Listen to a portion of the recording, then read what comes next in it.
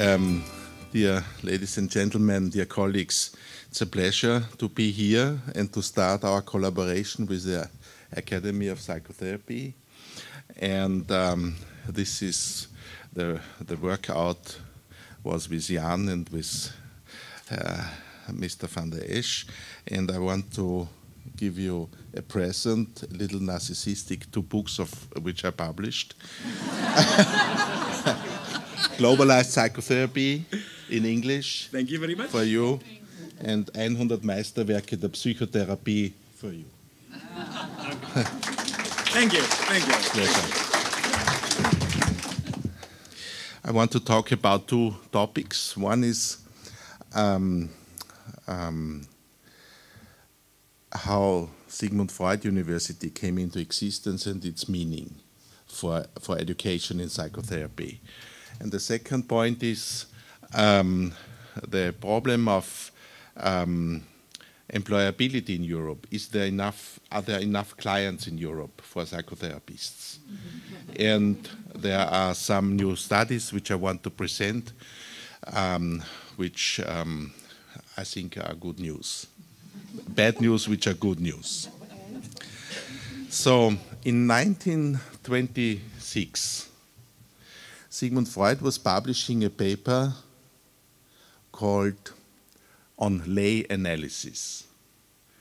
And lay analysis at that time meant psychoanalytic treatment which was done by non-medical doctors, psychologists and others. And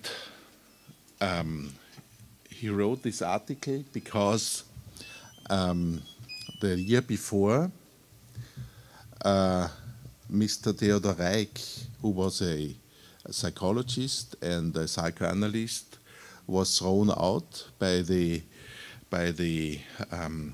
Central Hospital after having established a psychoanalytic department, and the Chamber of Medical Doctors found out he's not a medical doctor, he's not allowed to treat.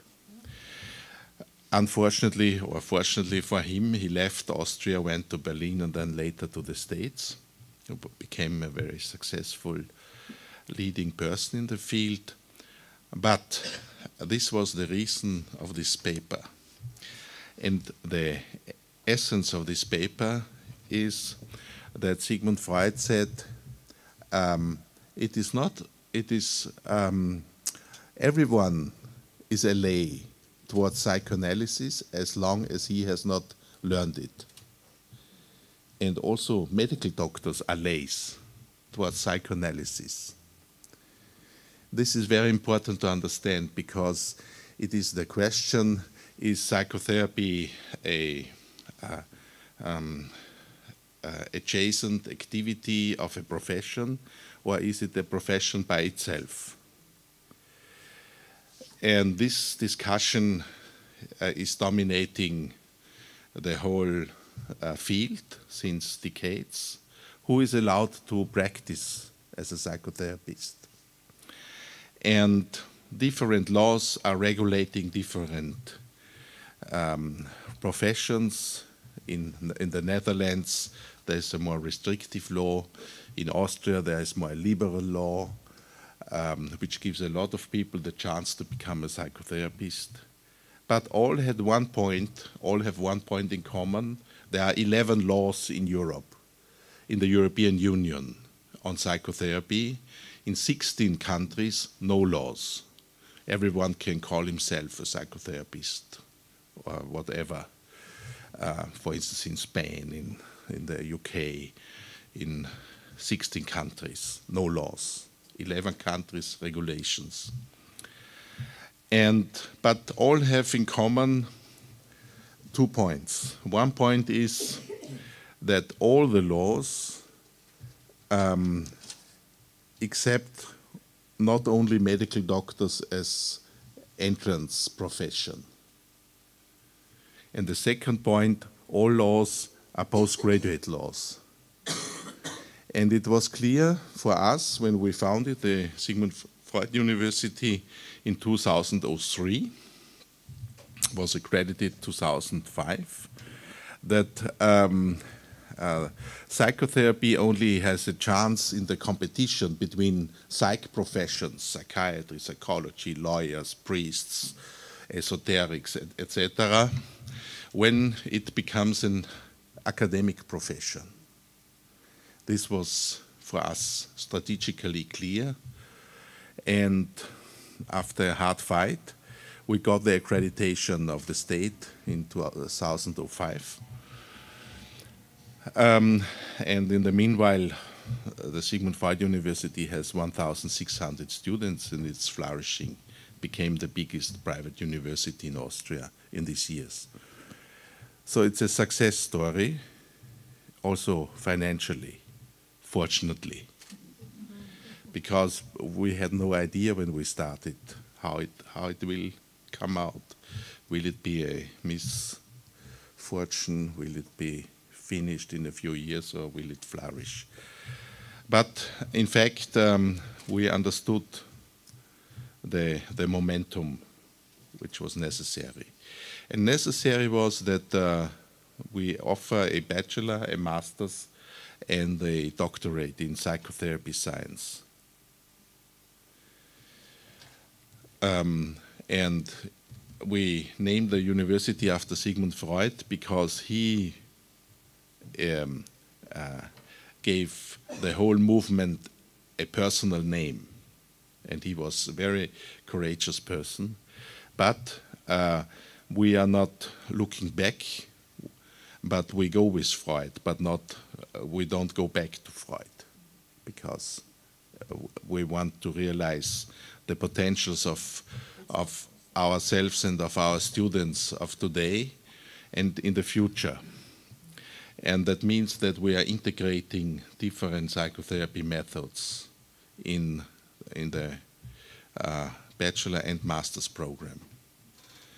The PhD program, which is a 3-year program, deals explicitly with scientific topics. It's not a training anymore, but it's research. But it's open to everyone who has a master's. So, and I'm happy that thank you for the nice flowers in your speech, that we will start this collaboration, which maybe will have a positive impact also in the Netherlands. I presume there will be also some fight, but we are prepared.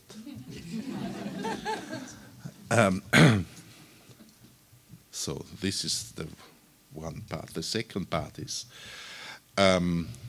how big is the problem in Europe? And just this year, in February, there was published a study of a German group in Leipzig, which showed that more than 35% of all people in Europe suffer of some kind of emotional problem. More than 35%. This was quite a shocking result, and it was very short in the media and then vanished, because it is too much for the administration of our countries. And there's a second data, which is very, with this Leipzig data one could discuss. Yeah, and the main groups of disturbances, easy to answer, anxiety and depression. Our field. Good news, big groups of people who need our support. But the second is even more significant. The Austrian Social Security, which is a state security, Social Security, 98% are covered by this kind of insurance, investigated how many people get some kind of psych treatment in our country.